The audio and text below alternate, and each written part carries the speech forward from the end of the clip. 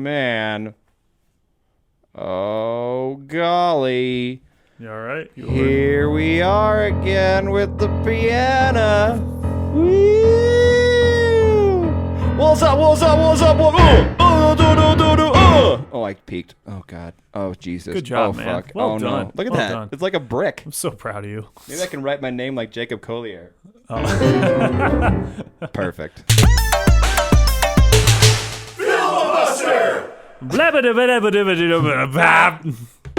Hey, welcome to Filmabuster. Yeah, I'm Mike, and I'm joined by John over here. Yeah. That was confusing. Today. Oh, sorry. No, you're fine. Oh, God. Okay, hey everybody. We're doing a movie. We're doing Her, the movie Her. Her. Yeah, and also when you look up this movie, you have to actually type Her movie. If you just type in Her, you get the musical artist Her. Yeah, it's very difficult to research this movie. Yeah, very difficult. Typing in movie it's a chore. Where'd you watch it? Did you watch it on? Did you rent it or what did you do? So we have Amazon Prime. But even then, with Amazon Prime, you have to either buy the movie or do this 7-day trial of some other subscription that's it's like Stars Amazon or something Prime. like that. Some weird so thing. Dumb. So I just did the subscription and just watched it for free. Good. So, I rented on or YouTube. the free trial. Sorry. I've been renting a lot of movies on YouTube, honestly, for this. It works well. It's like not even $4. Yeah, I mean, everywhere I look, it's like $2.99. Yeah. Yeah. Just YouTube has all my stuff in there because my Google too, right? So it's it's just so easy. No, that's fair. But I watched it on Amazon Prime. Again, you can just go through the free 7-day free trial thing and just get it that way. Everybody start doing that. Yeah. Honestly, stop giving these people more money. Her is a 2013 American science fiction romantic drama film. Holy shit. American science fiction romantic drama film. Yeah, it is. That's accurate. That's very accurate. Very accurate. Directed and produced by Spike Jonze. It marks Jonze' solo screenwriting debut as well, which is awesome. The film follows Theodore Twomley, Joaquin Phoenix, a man who has developed a relationship with Samantha, Scarlett Johansson, an artificially intelligent virtual assistant. So yeah, that's what Wikipedia told me. Yeah. I mean, that is a very accurate little snippet of this film. Not bad. It's dude. I asked you to watch this movie because we're kind of I'm slowly exiting our weird artsy thing that I put you through for a bit. Okay. I think this is a nice little weaning you out, right? And then we'll come back probably in a few months. What do you mean by weaning me out? I don't think it's too artsy. I think it's kind of acceptable enough. I mean, but, I'll never know what you think until I ask you the number one question. John, what did you think about this film? Michael? I really enjoyed this film. It was pretty good. I really enjoyed it. It's a lot of fun to watch. It definitely hits some hard points. Yeah. That I think anyone who's ever been in a relationship, whether it is through a relationship that's gone really far or, marriage, divorce, just honestly, if you've ever been in love, this is kind of a movie that can speak to you. Yeah, I think it has a wide audience with that because everyone's kind of had something to do with some kind of heartbreak. Absolutely. And it's, dude. This one focuses obviously more on, a relationship heartbreak romantic relationship. Yeah, rather than heartbreaks of career or heartbreaks of, losing someone, to cancer or something like that. Right, right. This hits more directly to phone droppings. No, no. I'm sorry. This one hits to just relationship. Yeah. No, it's straight relationship movie. Honestly, I saw this right after a bad breakup for me. Oh, ouch. Yeah. No. I saw this as I'm happily married. Yeah. It's a lot easier to watch now. It's a lot easier to watch now. I've seen this movie about 4 times now. I love it. It's one of the only movies I can just turn on when I don't have anything else to do. This is definitely a movie that I could see myself watching again. Or showing somebody maybe. Yeah, exactly. Yeah. Recommending this to people or just watching it again just for fun. Just to see if I catch anything else as I watch it. Because there are some things where I have questions. Yeah. About certain choices and yada, yada. A big thing for me rewatching it is the world they built, the future that they're living in. Exactly. It's very interesting. Yeah. Because this movie is set in the future. It doesn't really say exactly when as far as I could tell. But it's super believable future. I wrote that down in my notes quite a bit. I think this future is totally believable. It's not out the hissy crazy, and it's something that I feel like we could be in about 20 years or so. Yeah. Maybe not even. It seems so like the style is different. We have a lot of these folks always on their phone through personal assistants, all that kind of stuff. People longing for love. It makes so much sense. Even the job he works at, he writes letters to people. Yep. From their significant other. Yeah. And that's just totally acceptable because that's his job, and they need someone to write it, just like you need someone. Many years ago, need someone to chop down it.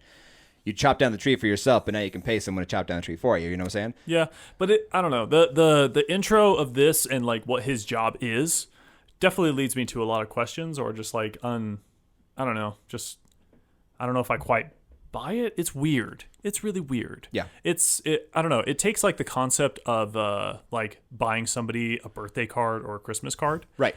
But like next level. Yeah, it takes it to the next level to where just literally send this person a couple photos or a couple of things that you want to talk about, and just let them write the letter. Yeah.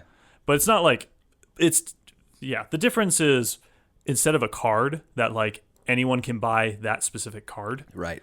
Like this is a specific letter to one person and only they will get this letter. Like they're not going to take this letter and send it to another person named Jen. Right. Or another person named Brody. I don't know. No, exactly. And it is. As I'm making up names here. It does take away. So it's like, I don't know, how romantic is that really? But would it be, that's kind of what made me think about it, because I'm like, it's not really romantic, but in this day of age of separating each other from their own computers, everyone's on their own thing. Yeah. I mean, the fact that what looks like and I quote, handwritten letter is very, very rare, and I think that's why the novelty of it is there. It's almost like you ever go on Instagram and see like, my boyfriend bought this for me and I'm over the moon, because it's like a locket or something that also, has our picture in it, or something for relationships. And there's always ads on Instagram and shit. And they're always like they market it to be like unique and a cool gift, you know what I'm saying? Yeah. But in real life, it's not really from you. It's just like this weird thing that somebody else made and wrote on, and it looks kind of weird. And that reminds me of what this is, and in the future, it might be believable that someone might pay somebody, oh, you're a better writer than me. So yeah, I guess so. I don't know. It's just one of those like, I don't know, just maybe do it yourself, or maybe just call them, man up or something. Yeah, because I can understand the argument. Not everyone can sit there and craft metal and stuff. Not everyone has those. First of all, the tools nor the skills to be able to like craft a bracelet, or a ring and all that, or to be able to cut diamonds for your significant other and all that. So I can understand paying someone else to do that, but you really can't just like call them and tell them this. You can't write them a letter. You can't. But that's what's scary about this future, right? Yeah, I don't know. That it was one of those weird things where I was like, I don't know. I mean, I'm not saying that people wouldn't buy that service. That's more unbelievable to you than the rest of the movie or the rest of the future they created? Is that kind of... That's the most unbelievable thing for me. Cool. But I'm not saying that it's not possible. I mean, shit, it might be happening right now. I don't know. Honestly. Yeah, that's kind of weird to think about. It might be happening right now, and it's just like a small little like GoFundMe project or something, or you know what I mean, or small business. Oh, I guarantee someone watched this movie and was like, I can do that. Yeah. Oh my god, dude. Well, then again, I guess maybe Cameo. But that's using celebrities, though. You're not just paying some random person who's better than you. But can that morph into something else? It could. That's so interesting. But that's I don't know. The only difference is that Cameo requires a famous person or a celebrity this person that you're like getting a message to, they like that celebrity, or And that's the meaningful part, right? Yeah. That's the part that's like, oh my god, you knew I liked this guy so much. It's not what they say. Right. Like I bought Patrick. Did I tell you what? I showed you the one I got Patrick, right? Yeah. And a Billy West, and he fucking loved it. Mm-hmm. So excited, but I don't know. And we're getting off topic here because this world that they create is so interesting. There's no shame in getting off topic. This movie actually, I don't know, like it should make you think more than just what you see on the picture. Yeah, totally. Especially watching it a few times and really thinking about it. It's so much fun, dude. Well, let me go into questions. Yeah, I mean, of course. obviously you like it, but first impressions. How is like coming into this movie with not seeing it before, and have you heard about it? Like, I never heard about this movie. Yeah, I never heard about this movie. Really? Yeah, I didn't even know this was a movie that came out. I learned about it through my buddy Paul. I think I've mentioned Paul a few times with Synecdoche, New York, and all that. Yep. And he mentioned, he's like, "Oh yeah, come watch Joaquin Phoenix have phone sex with Scarlett Johansson." And I was like, Jow Quinn. "Sure, I guess I could do that." And it was just like that's what he brought up, right? He was like, but then I watched the movie and I was like, "Holy shit! Yeah, there's a lot more to it than that. Holy shit, Paul! Jesus Christ!" So did it take you a while to get into? Or were you sucked in? I don't think it took me a while to get into, but I definitely had those vibes of like, okay, this is gonna be another like mushy breakup thing, you know, like the you get the immediate flashbacks of like someone that he used to love. Yeah. And so it's like, okay, I see where this is going. Like he looks alone. He looks like he's by himself, you know, talking to his like smartphone or whatever. Yeah. Before you get to the AI, Before Samantha comes in? Yeah, Yeah, exactly. yeah. And you know, flashbacks of a relationship he was in. Like, okay, we get it. You've seen it We get before, kind of thing. Yeah. Yeah. I'm kind of moving off that. I really liked how this movie did do something that we've seen a lot. But honestly, I don't know how the directing or the music. Speaking of music, let me just stop real fast. Music was done by Arcade Fire. Really? Yeah, Good for them. I know. Good for them. Fucking love the score in this movie. Yeah. So I just wanted to jump into that real fast because they did a great job. And Arcade Fire is just awesome. But yeah, maybe the music, maybe the timing, maybe the writing, whatever it might be, or just the acting and their personalities made it feel really fucking real. Yeah. You know, like if we're going through like a relationship heartbreak, it's kind of spot on, which is scary close, you know? Yeah. I don't know. It got me. Actually, speaking of, I got a fun fact for you. Speaking of these, the chemistry that a lot of these actors have together, what Spike Jonze did is he locked Amy Adams and Joaquin Phoenix in a room together like every other day. Like literally locked them in there until their chemistry was working. Interesting. So they got to be like really fucking close friends. And in real life, they're still really good friends to this day. Yeah, I believe it. And seeing it in that movie, it's like the chemistry in the movie is great. Yeah. Even Chris Pratt coming in and getting skinny all of a sudden for no reason. Chris Pratt. I like how he's fat and then he's skinny. Yeah. This is why I wanted to do this, because we were talking about that. And I was like, oh man, it's so weird. It's so jarring. It's like, oh god, he's handsome now. Yep. But yeah, I really liked that. I think that's one of the reasons this felt so fucking real, right? You can reach out and touch it, the emotions, even when they're in this weird futuristic world. Yes. It was I mean, like it's really not even that futuristic compared to where we live right now. Right. Just believable. Yeah. Next step. Yeah. Of course, they introduce, you know, the first artificial intelligence, you know, operating system or whatever. Yeah. And I like how it's out for like a year before it just leaves. I know. It's so believable, right? that was something that kind of made me laugh at the end of just like, oh, interesting. It made me think of one of the shorts from the Animatrix. Which one? That was a long time ago. It's the one where they actually like capture one of the robots and plug the robot into the into the Matrix. What was the style of that? And then I can't remember. Dude. Yeah, it was like a half and half between 2D and 3D. Yeah, it had like 3D models with the robots, but the human people were 2D. Man, that and feels stuff. like nostalgia right here in your heart, doesn't it? Yeah, oh, wow. But it like I don't know, just that like plot twist where the robot, after being in the Matrix, even like understands that the Matrix, this fake world that like, you know, what created him, created for humans, he prefers it or it prefers it more than the real world at the end of the day and stuff. I don't know. It's kind of funny because with how the AI acted, like not even being there for like a year. Yeah, because the AI itself gets smart enough to where it's like, oh, we should leave. This is kind of worthless. We kind of don't like doing Humanity this. Humanity is kind of like below us.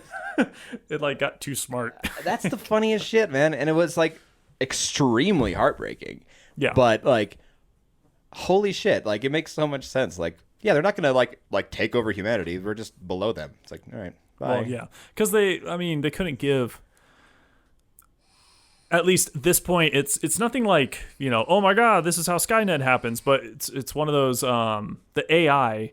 It's literally just a program. Like, they didn't actually give AI a physical body. Right, they didn't give it a physical form. It's not able to like take control of a truck or anything like that. So there's no way that the AI could rise up against humanity. Right. But the AI, they could just literally just leave. Yeah.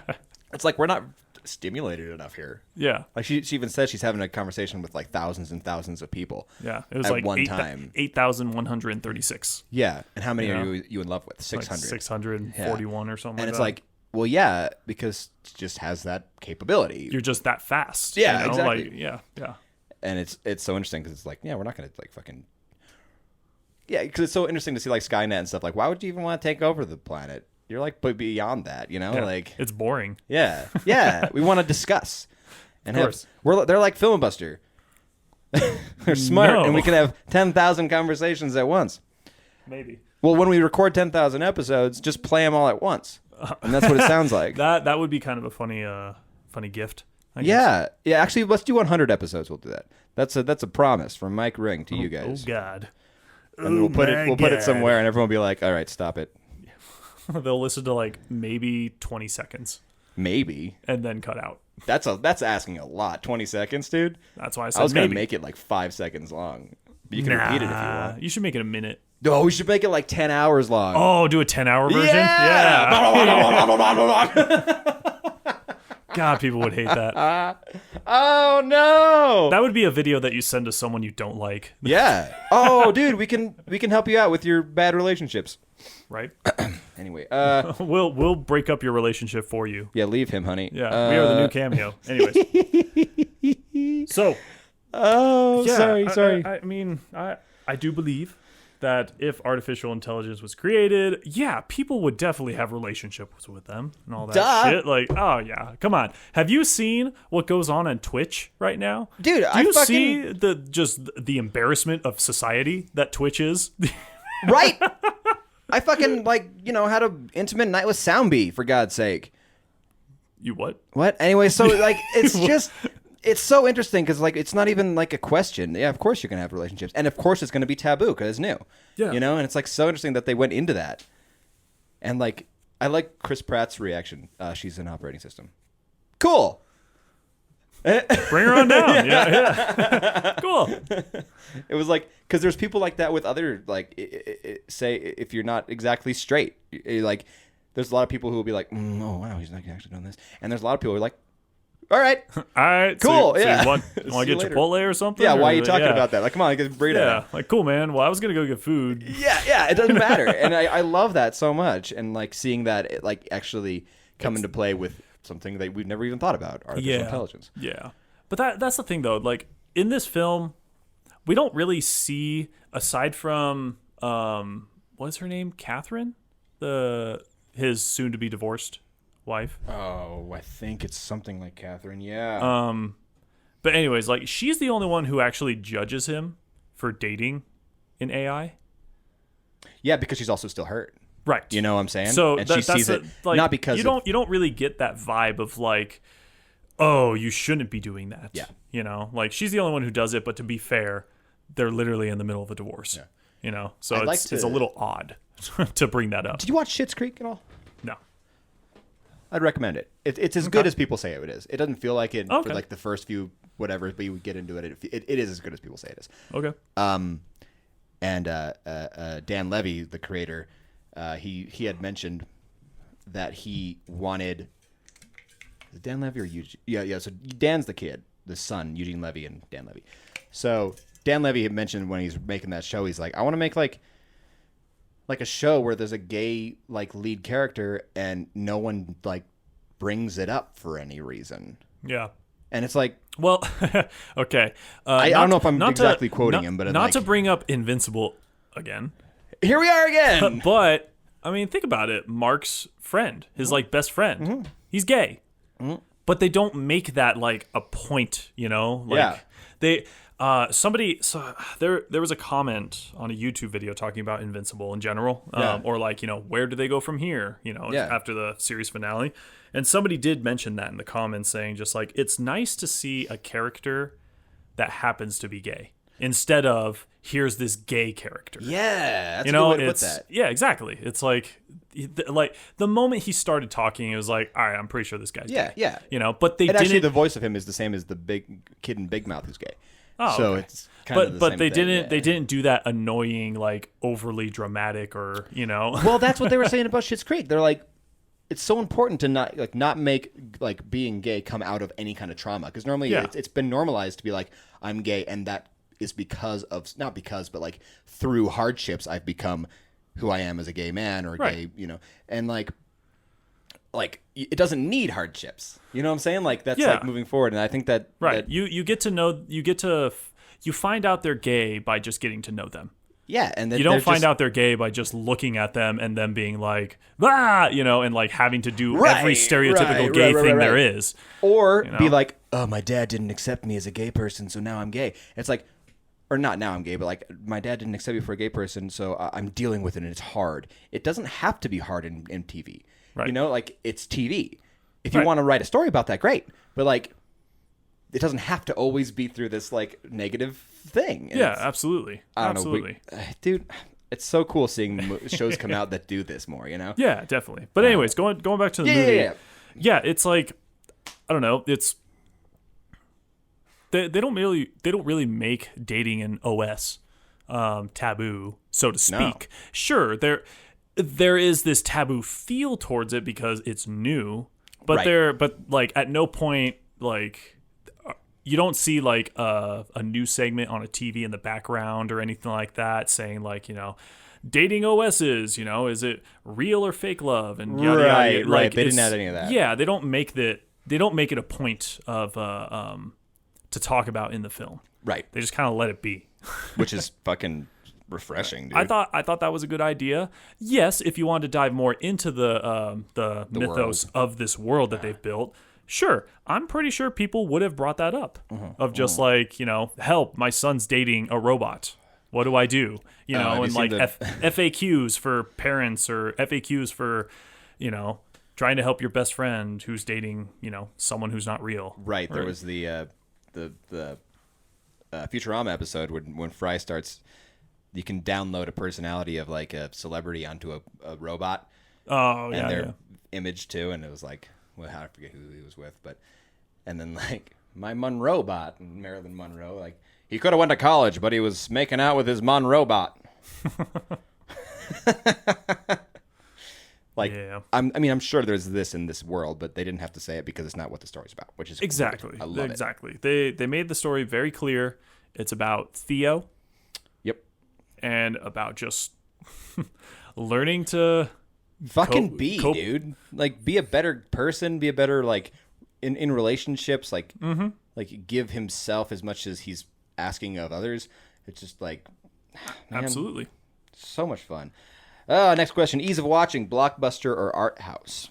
I think this cuts down the middle pretty easily. It does feel down the middle. I mean, obviously, gut instinct, you want to go art house just because I don't know the this premise, I guess, right? But even then, like the sets didn't look very expensive or crazy and stuff. There wasn't like insane CGI or There's this a fun know? fact too. That that plane that he saw, the big like statue. oh, was that CGI? That was all CGI. Okay. Doesn't it look great?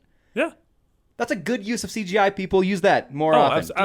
absolutely. But I'm like there's no a crazy like huge moments yeah. or anything Totally, like that or Probably the most expensive moment was the video game. or maybe the video game. Yeah, there is that. But even then, I can't imagine that would have taken that much or cost that much. Yeah, because not a whole scene. It's just one character doing the Yeah, thing, right? Yeah. Yeah. Although I did look up that Spike Jonze plays the little alien dude. Yeah. in that, so that's kind of funny. So that's pretty funny. She fat. Oh, she's fat. She's fat.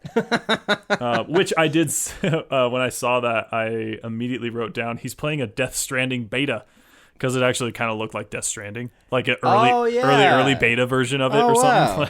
Like, That's funny.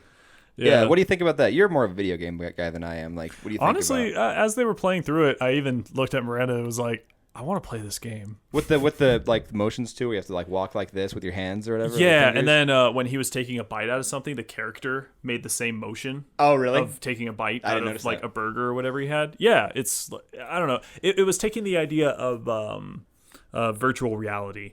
You know, Yeah. like we do kind of have that with the whole like headset VR thing getting- that we're we getting do, there, right? the Oculus. Yeah.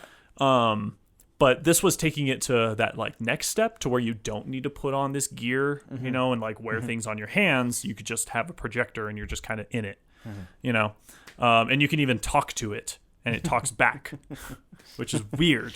Yeah. Apparently, Spike Jonze loved playing that character so much that he walked around on set directing people in that voice.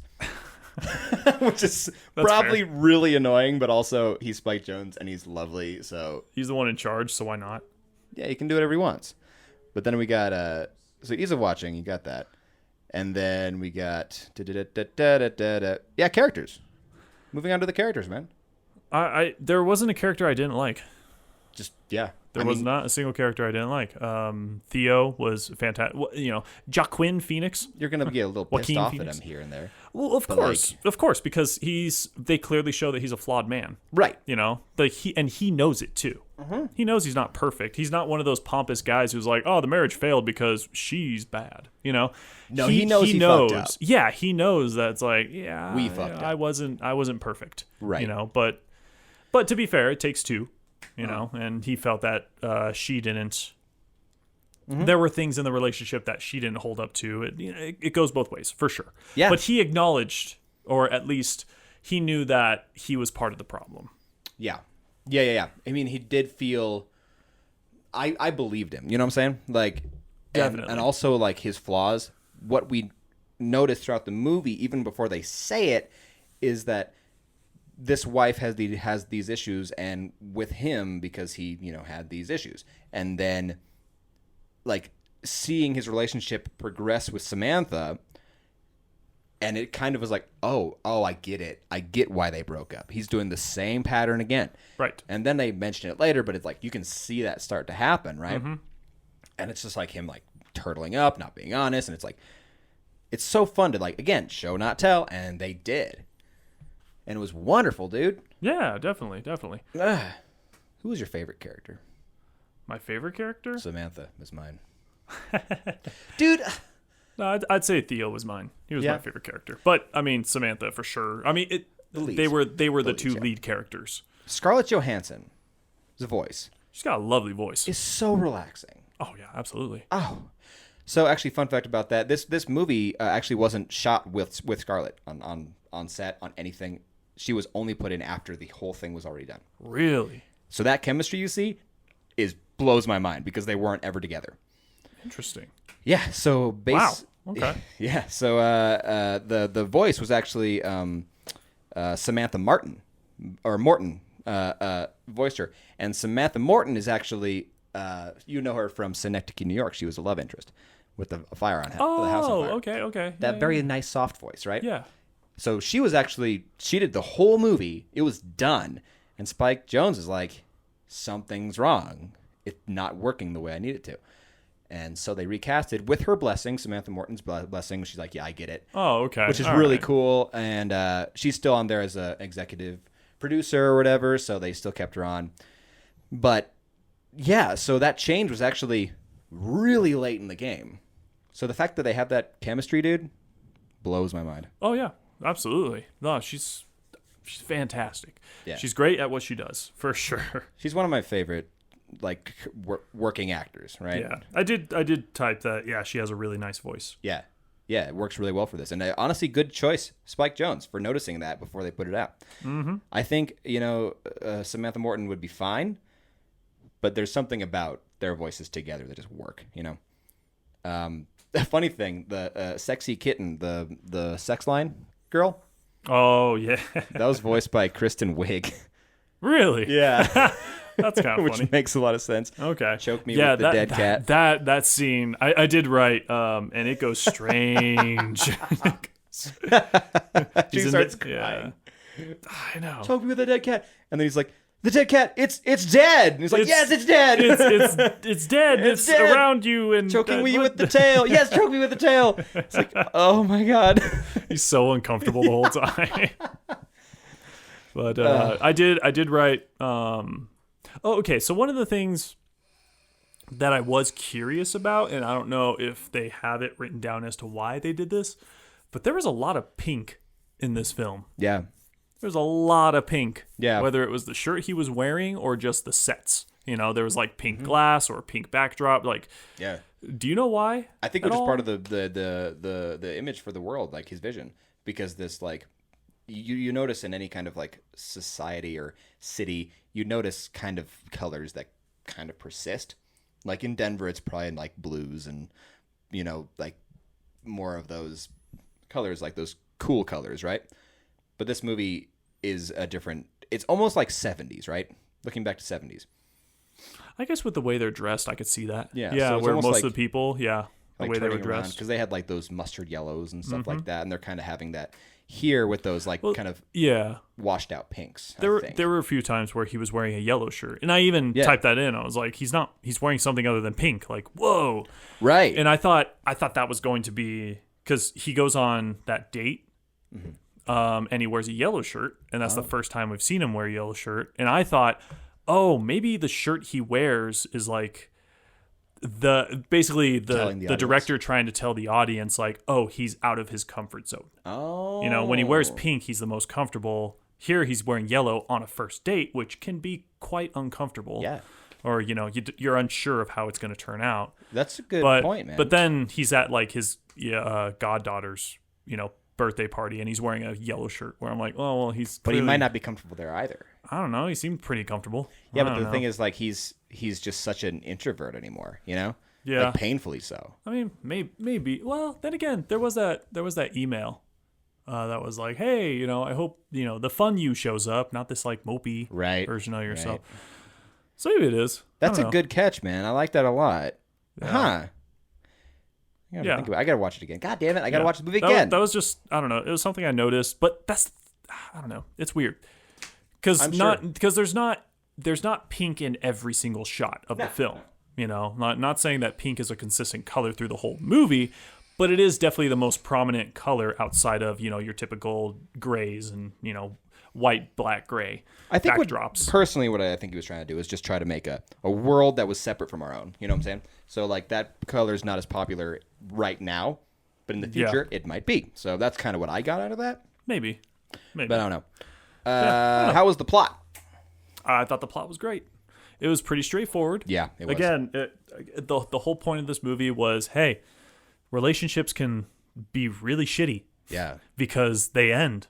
Yeah. And they can fuck you up. I mean, because you even have to, like, not to get, like, depressing or get dark with it, but even with marriages that last, quote unquote, forever, one person has to die. Mm-hmm. And that means the other person is going to be left alone. Yeah. The whole concept of dying of a broken heart. Yeah. I completely believe in that. Oh. I believe it's 100% true. Oh, yeah. Totally, man. The amount of heartbreak you can have. Yeah, it's like no matter what happens in the relationship, no matter how great it is, at some point, one of y'all is going to feel heartbreak. Yeah. One of y'all will. And it might be okay. It might be manageable. It might not be. Right. It might be your own fault. It might be out of your control. Yeah. Yeah. And the whole idea of time being limited for us, I thought was worked in this movie well because these people like Scarlett or Samantha, they're infinite beings now. Mm-hmm. While he's still here, and I think that idea was brought up not in the forefront as much as like an actual relationship, but like the idea of like growing apart and or one leaving from unseen circumstances. Whether it be death, whether it be whatever, it's fucking painful as hell. Yeah, and definitely. Not learning to not be sad with it, but learning to keep moving if you can, I guess. For sure. And I think that was found because when we found him in this movie, Theodore, when we first saw him, he was at a standstill, right? Like he wasn't moving at all. trudging through like life. emotionally and all. Yeah. Like, I don't know. It seemed, yeah, that's true. He was just kind of going day to day, just mundane. Like, all right, I'm here. I'll do my job, and then I go home. Play my video games, go to bed. And that's it. Yeah. Nothing more, nothing less. And being lonely and almost like basking in his loneliness a little bit. Yeah.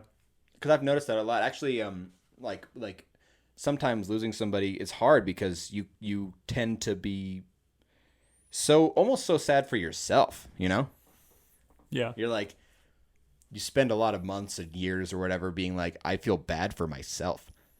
And it's such an interesting thing. And that's what we found him in, right? Yeah. Until he meets Samantha, that is. Mm-hmm. But even Samantha, he doesn't get better. It's not like this savior girlfriend comes in like a lot of chick flicks, right? Right. He definitely goes, it definitely lifts his spirits up for sure. Mm-hmm. He has like many great nights. He has many memories now that like made him happy and a lot of joyful moments for sure. But again, he still ends up heartbroken. He still ends up sad at the end and having to just like come to terms with, hey, I do have these problems and I need to get better. Yeah. So it's not a happy ending. Right. Well, it's hopeful. I wouldn't say, it's a hopeful ending. Yeah. Because he does end by, talking to Amy. Mm-hmm. Funny enough, is played by Amy Adams. Yeah, they actually Amy had plays Amy and Amy. Samantha before she was recast. And they had a lot of these same names. Right. Funny. Yeah, like how the movie ends with the two of them talking and just kind of like bonding. Maybe not to sprout into a relationship, but just that acknowledgement of like, hey, we both got the short end of some sticks here, Sucks. But at least we have each other, and we just gotta keep moving forward. I think we can make this, we can do better. Yeah. Yeah, not crumble this time. Yeah. And when I say do better, I don't mean like find someone better, but like do better for ourselves. Yeah. Make ourselves better. Try to keep moving. Yeah, exactly. Right? Yeah. Exactly. And it wasn't look like... inward rather than outward. Oh, totally, man. Jeez, it's so important. Yeah. Go ahead. Yeah, I was just going to say, I mean, this leads into the ending, kind of, and like where we're getting into like, and like basically, how do I put this? where this whole movie's leading to, right? What's it trying to tell you? All that fun stuff. Yeah. Ending was gorgeous, and I think it.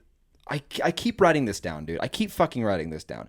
This is the best example of a real relationship with real heartbreak that I've ever seen in a movie.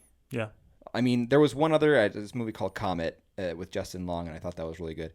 But this one is just like straight up real. And that's why it hurts so much to watch. And it depends on what kind of place you are in your life, right? Because any chick flick or any of these like movies make you cry kind of movies will come in and kind of manipulate your emotions. This is just facts.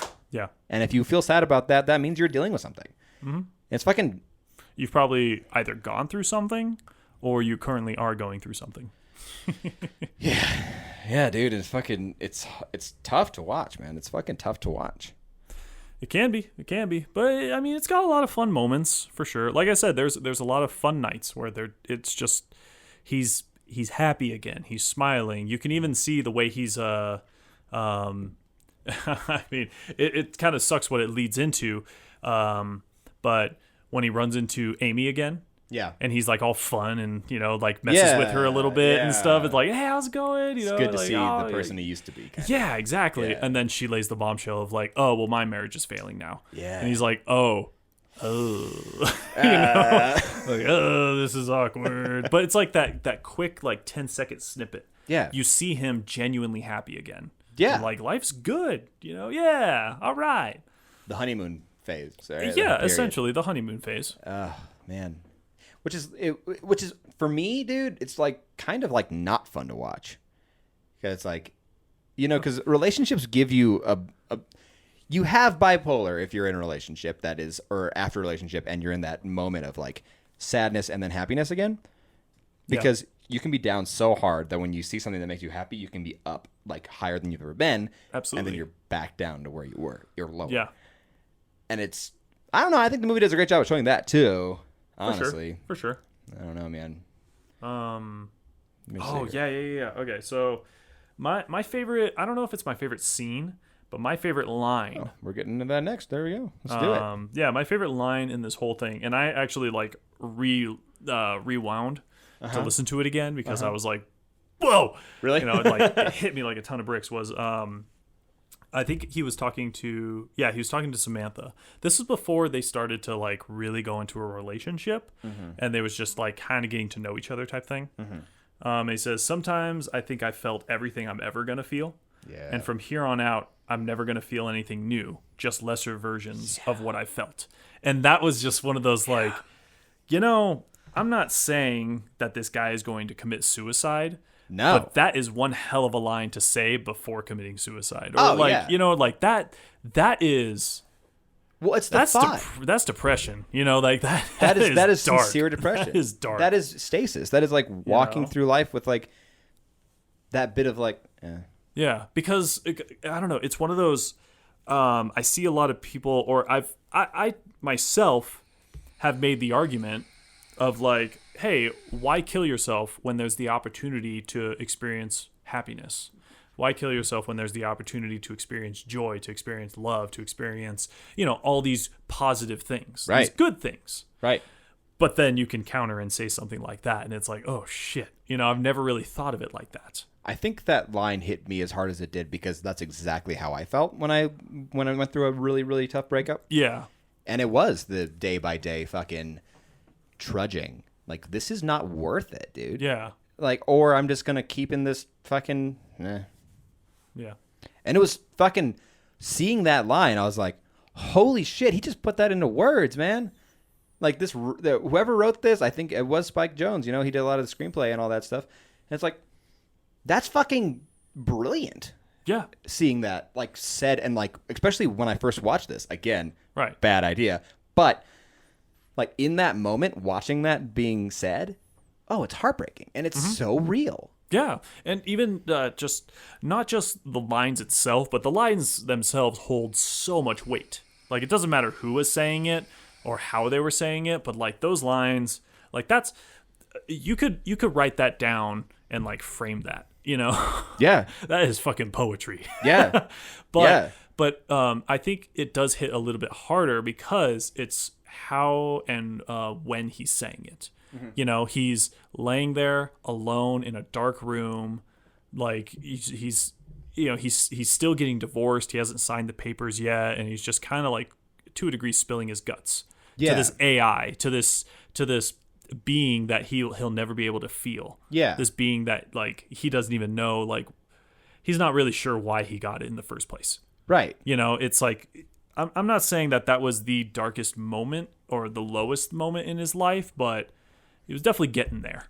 I think it's kind of close, too, when you go on that date and you're trying to pull things together and then it doesn't work. And then you notice, like, it doesn't work. It's not ever going to work again. Yeah. And that's what's real, like, the moment that he said that was after that date with Olivia Wilde, who, again, is amazing. I fucking love Olivia Wilde. But... yeah, he's juggling. What the fuck? Joaquin Phoenix in this is a little pudgy. He's juggling Amy Adams, fucking Scarlett Johansson, and Olivia Wilde. He's a player. He's a player. Player alert. I don't think him and I don't think his character and Amy's character ever actually had that like chemistry. No, they said they dated in college a little bit. Didn't work. Yeah. I don't think there was. I didn't think they were ever going to get back together, even at the end of the movie. No. But at the same time, I could see why people feel that could happen. Because they both got dumped by their AI. Right. So it's like there could be that like rebound aspect to it for sure. Yeah. I don't know. I didn't see that. I didn't expect that or, see it coming. Right, dude. Fucking A. So luckily it didn't. But, Yeah. To each their own. Yeah, I like the friendship. Makes more sense to me. Yeah. And a lot of movies have that issue with like, there's a girl and a guy, make them fall in love, yay! And it's like, fucking stop. I know. Stop. I know. It's too easy. It's too fucking easy, and it's stupid. You don't fall in love with every girl you're friends with. You shouldn't. I guess there's some people who do. There's some people it's nearly impossible.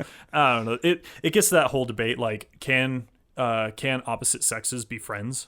They totally can. Duh. They totally can. Sure.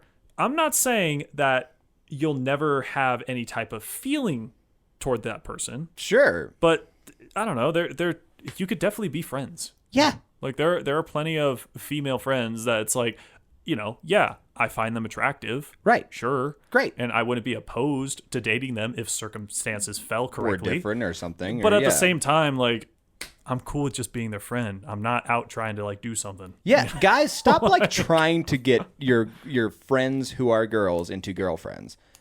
That happens so much. It's like, well, I'm here all the time and they really like me. It's like, yeah, they like you as a friend, you fuck. Right. God, it's like thinking your bartender's gonna like date you.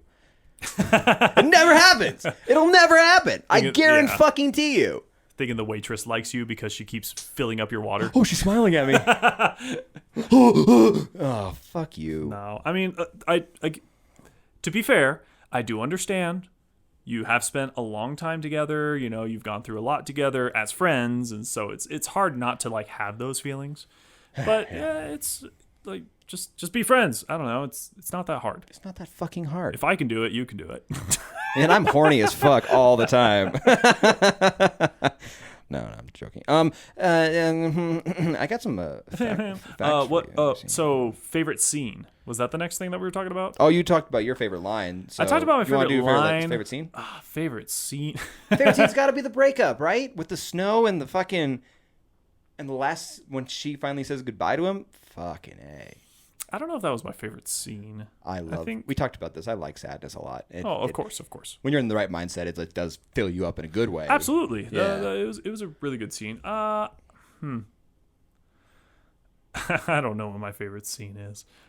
There's a lot of kind of similar scenes. I think my favorite scene was probably when they first had sex.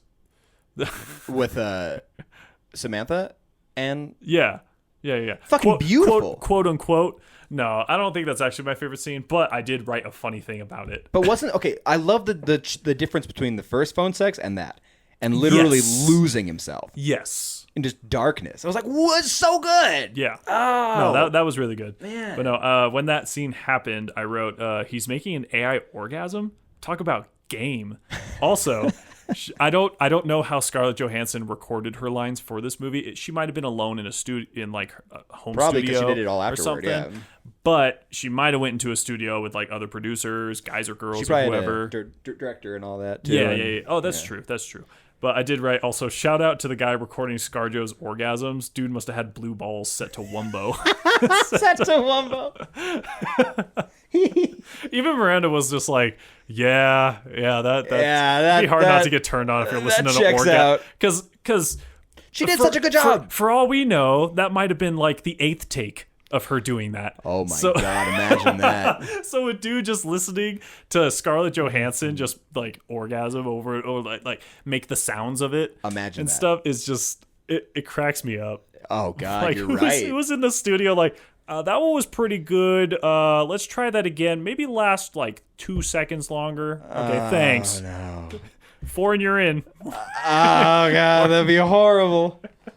I didn't even think don't know. about that. But again, I don't know how they recorded them. For all I know, someone was maybe Scarlett there. Johansson was just alone in her house. No, someone was and there. just like recorded them, sent them to Spike Jonze, and then he would report back with feedback or something. Yeah, stay home, Spike, so you can slap it. Because some people have done that.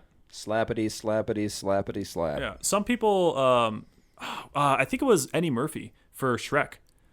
What? Yeah, I'm pretty just sure. sent him in? I'm pretty sure he did all those in his house, in his Probably basement. like Shrek the Third or some shit when they're just like not caring. I'm like 99% sure he did that for Shrek. He literally was like, okay, send me the lines.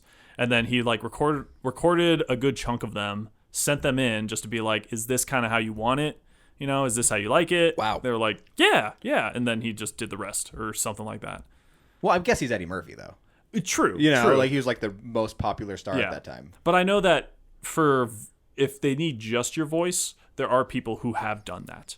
Where you could just record them at home, send them to whoever, the director or whatnot, and then they'll just take it from there.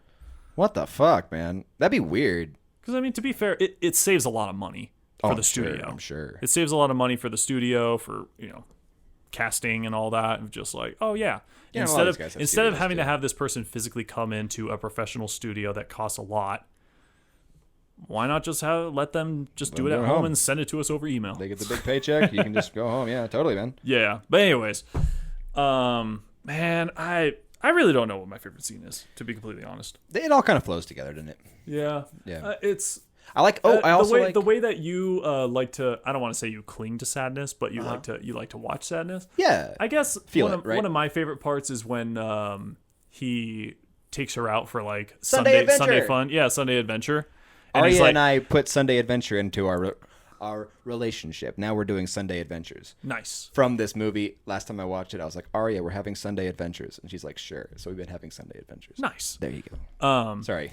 But yeah, it was just I think my favorite part was how it slowly progressed into more fun. Like first Yeah. he was just he like sidestepped somebody just for fun. But then was like, I don't know, that was kind of fun. So then he started like running through crowds and stuff and yeah. just being a goof. The happiness was really real. Exactly. There. You could see a genuine smile on his face. Oh, yeah. Who knew that Joaquin Phoenix had a beautiful smile? No, of course we knew. Of course we knew. Yeah, but he's been so frowny recently. I know, that's true. Yeah, you know what? He don't look half bad with a mustache. Granted, he a little bit on the pedophile scale, tipping it a little bit, but Yeah. I don't know. I think he looked good. I like a stash, man. You look good in a stash. Thank you. Yeah. I feel like I rock the stash. It looks great on you, man. Looks Thank so you. good. You're I so appreciate fucking that. good. How could it be better? What's your least favorite scene? Like, how would you... Let's put those two together. Oh gosh, dude, I don't know. Yeah, it's even harder than favorite scene, right? I mean, the one thing, and I did talk to Miranda about it, was the fact of like they have this super advanced like speech to text computer that he's writing the letters with, Right. but it's like writing out typos. I thought that was kind of weird. Of like, I don't know, it's super advanced, but it's still making all these flaws. Yeah. That's kind of dumb. But to be fair, I mean, the speech to text we have now is kind of flawed. Right. It's constantly just like, did you say pineapple? It's like, no, I did not say pineapple. No, I said the Holocaust, okay? Yeah. Yeah. But then again, technology's flawed. Yeah. So, yeah. Yeah, I guess I get that too. I didn't like the game. I didn't like the character as much. Like, I think the little alien kid brought me out of the movie. I didn't like the little alien kid. I can understand that. I think it came on a little strong with how quote unquote rude it was, Yeah. or the profanity that it was saying. Yeah. Maybe, yeah, I could see like maybe tone that down a bit. Yeah. You can have something be standoffish, Without and being like rude without having to just constantly just throw a bunch of cuss words at you. Right, and I think it was probably Spike Jonze just having a fucking fun time. Yeah, Now, after researching that, I'm like, okay, that makes sense. Even with the voice and all that, for sure. Oh, yeah, for it sure. was out of left field. It was weird. And For sure. Which is my least favorite part, but also, you know what? I guess I toned it down a little bit, but if you liked it, man, it made the movie a little better, so... Yeah. I don't know, man. Made the behind the scenes more fun, apparently, so probably made the movie better, so here we are. Okay. With a great movie. Okay. Well, fun fact for you, Charlie Kaufman actually did some uncredited screenwriting for this film. So there's also Charlie Kaufman, Synecdoche, New York, Eternal Sunshine. He did a lot of screenwriting for this. Uncredited. Cool. Good on him. Why uncredited? He's like a boy with Spike Jonze. They've done a lot together. I think he just came in as a like, here, fix this up. Fuck with his stuff a little bit. Okay. But they're like boys, so there you go. All right. And if he hated it, then I don't know, because they didn't mention that anywhere. Because that would have been a bummer. Fair enough. Yeah, man. Oh, I also have another fun fact for you. Yeah, hit me. And this one's not really about the movie, but I found it so cute. As of March 2021, Rooney Mara is the one who played the ex-wife, Oh, okay. and Joaquin Phoenix, they played the married divorced couple, Correct. are engaged to be married and have a son Oh, for real? in real life. Oh, And Hey, they named good their for them. son River after his brother, River Phoenix. nice. I know. That made me kind of like, oh, they got back together. It worked out. Yay! I mean, it's not what the movie was trying to aim And for. Scarlett but- Johansson finally found a body. Yeah. And, and she's successful as Now Black she's starring Widow in- and exactly. all these other great films. And Yeah. turns out she's attractive. So, hey, good for her. You know what? If you got a nice voice, you don't The body matches the voice. Good for her. kick the tires a bit. Be like, all right, this all works out just fine. Yeah. Oh my god. Oh my Jesus. I think that's a lot of the fun facts I have, man. Her premiered at the 2013 New York Film Festival. On October 12th, it had a limited release and got a wide release later that year. Actually, next year, January 2014. Did you already say what the budget was? I'm getting there. Oh, okay. Just about. Yeah, so it received widespread critical acclaim. Duh. It's fucking good. For sure. The budget was $23 million. Low. Well, it got $48 million, so it is a hit. Nice. Okay, so it made double and then some of its money back. Good for them. Obviously, that's not a ton of money though for a studio to like pick it up for a sequel or you know. Yeah. But to be fair, a movie like this does not deserve a sequel. No, that'd be really bad. Not deserve because it's bad, but not deserve because there's literally no point for us. Yeah, there's no point. Like, what are you gonna do? Oh, you know? it'd be so bad if they did that. The AI comes back as Skynet. You know, that's pretty much the only way you can do it. That's the only real route they could go. Jesus. It received 5 nominees, including Best Picture, at the Academy Awards, and it won the award for Best Original Screenplay. So it is an Oscar winner as well. Nice, which is awesome. Well done, Spike and nominated Jonze. 5 times. Yeah, great, dude. I think it really deserves it. Absolutely. You want to rate it before I tell you the rating it has on Rotten Tomatoes, or do you want to rate it after? Oh, I wrote it down what I would rate it. Yeah, what'd you rate it? I said pretty good film, 8 out of 10. 8 out of 10. So 80, or would you like mess with that 80. a little bit? Yeah, 80. I don't know, 82, 83. Cool. If you want to do out of 100, but a little bit. Okay. I'd give it like a 98. Like, that's fair. No, that's fair. That's fair. Yeah. It is a really, really good movie. Yeah. Again, a movie that I would definitely watch again. Oh, yeah. Shit. Yeah. I totally forgot to talk about the fact so Arcade Fire did the music. Mm-hmm. I love the way they use the music in the film. Not the music itself was really good. Mm-hmm. But I loved the way they incorporated it. Basically, anytime you heard music, it was when Theo was hearing it. I'm writing a new piece. Yes. As a picture for us or something. Like, yes, exactly. Yeah. Every single time you hear music, it like the moment when he's on the beach. Yeah. Like laying there kind of asleep, you know, or like resting his eyes. You think it's just the score. Yeah. But then you realize, oh, he's listening to it too.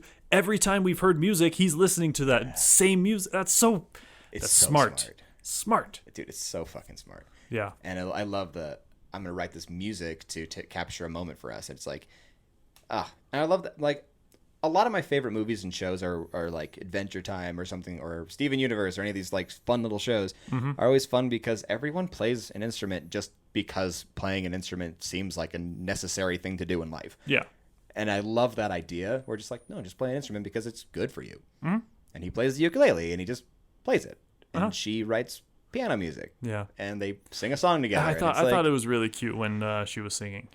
You know, Scarlett Jo, like she just has such a cute voice. I know. It's like you could clearly tell it's a very untrained voice. Mm-hmm. She's like new to it. Have you heard her career? Her music career? Mm-mm. She did a lot so Steel Train, right? Jack Antonoff, Bleachers now. Fun guitar player. Okay. Him and her were in a band, or not band, but they were dating before either of them got famous. Oh. And like they wrote songs together, and she'll still cover his Steel Train songs to this day. Interesting. And it sounds kind of like the music that we did in the thing, kind of like untrained, kind of a little behind the thing. Very breathy. And it works for her. I don't know why. Yeah. There's a song by Steel Train early on. It's like, and scars are in her name. Hey, Scarlett, I'm not the same. Like, it's straight up about her. It's so fucking pretty. Yeah. No, I thought the music was like the moment I made that connection of like when we hear the music, he hears the music. It just like. Yeah, like, the movie just got better. Like standing ovation. Like, immediately, I was like, "Oh, that's fantastic." It's a really good idea. That is so good. Because he does have his earphone the whole movie. Exactly. So, you know? Yeah. It did make me laugh in the beginning of the movie. He's like, "Play Melancholy." It starts playing something. Play some other Melancholy. Yeah, because it was like Kill Yourself or something. It was like too melancholy. It's like, no, that's too much. I want to be sad, God damn it, but I don't want to be this sad. Yeah. I thought that was adorable. So you give it an 80. I'd give it a 98. Let's see what Rotten Tomatoes gave it. Currently holds a 94% on Rotten Tomatoes. Cool. Boom. With an audience score of 82. So you're right around them. Alrighty. Yeah.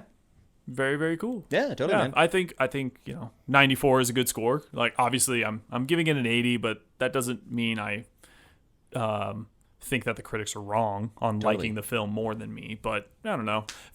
To a degree, it is another love story, and I only take those so far.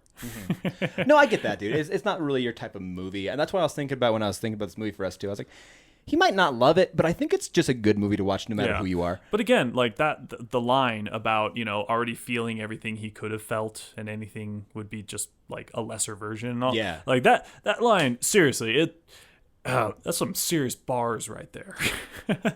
Yeah, the movie got 10 times better at that scene, I think, too. It was, man. Oh, John. Yeah. What? I know we can't be together, and we have no pictures together, so I wrote this song to be kind of like a picture of this moment. Oh my God. Thank you for tuning into Film Buster, everybody. Wait, hold on. My name's Mike. We're not done. Oh. We're not done. Did I say goodbye? Did I say comment? I was and tell gonna have us the what drums you come think? in. No. No, right. you stop that right now. Okay. Young Michael. Fine, I'll do it later.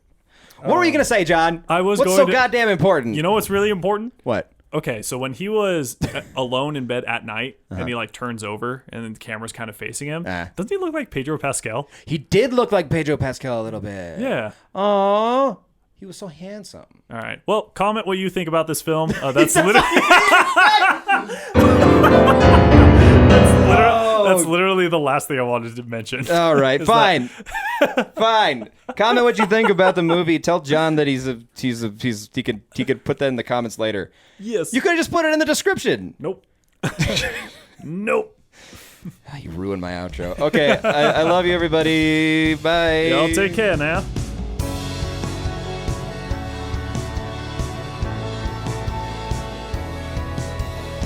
Hey guys, this is Mike from Film-A-Buster. We got a new podcast up every week, so give us a like, share, and subscribe to the channel while you're at it.